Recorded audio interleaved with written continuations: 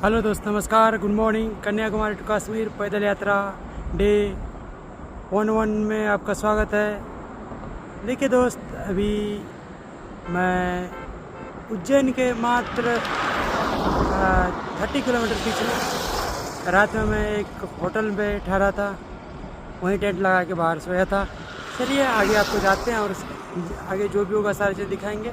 देखिए अभी मौसम बहुत ही धूप है, बहुत ह्यूमिडिटी बहुत ही ज़्यादा है, इसीलिए थोड़ा धूप से बच के भी निकलना और अपना हर एक चीज़ को देखते हुए निकलना, उसके बाद यात्रा करना। क्योंकि अगर हम स्वस्थ रहेंगे तभी यात्रा कर पाएंगे। तब तक के लिए इतना ही।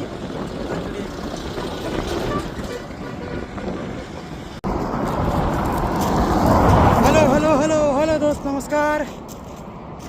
देखिए दोस्त, आपके सामने आज मैं बहुत ही महत्वपूर्ण बातें करने वाला हूँ। देखिए दोस्त, मेरे से 2 दिन पहले एक बहुत ही उच्च विचार वाले आदमी, समाज सुधारक आदमी कह लीजिए, मानवता को एक डोर में बांधने के लिए जो उन आदमी का विचार है, उनके विचारों को मैं आपके समक्ष रखने वाला हूँ। देखिए, उनका नाम है नितेंद्र मानव। ये नितेंद्र मानव जी का उच्च विचार है, वो मेरे को काफ़ी चीज़ शेयर किए।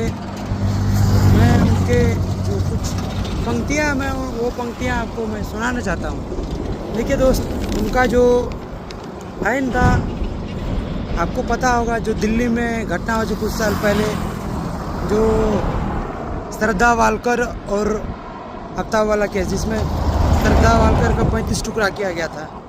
आपको ये केस, जैसे मैं बताया, आपको हो सकता है याद आ गया होगा। नहीं याद आ गया, थोड़ा श्रद्धा वालकर केस के बारे में पढ़ लीजिएगा।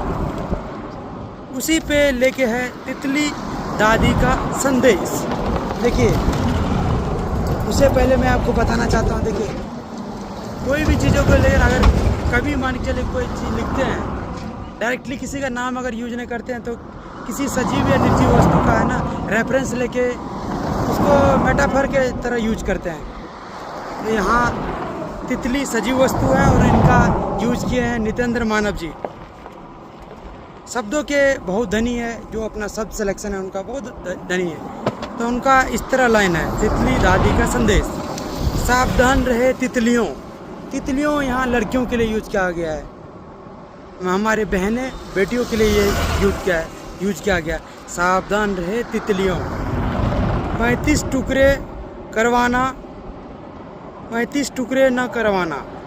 सावधान रहे तितलियों, 35 टुकड़े न करवाना। शस्त्र में पारंगत होना, 70 टुकड़े करके आना। क्या अच्छा लाइन बोले हैं। शस्त्र में पारंगत होना, 70 टुकड़े करके आना। मतलब जो 35 टुकड़े उनके किए हैं, 35 के बदले 70 करके तुम आना। बहुत अच्छी लाइन बोले। देखिए, शास्त्र का ज्ञान होने के साथ साथ आपको शस्त्र का भी ज्ञान होना बहुत ज़रूरी है।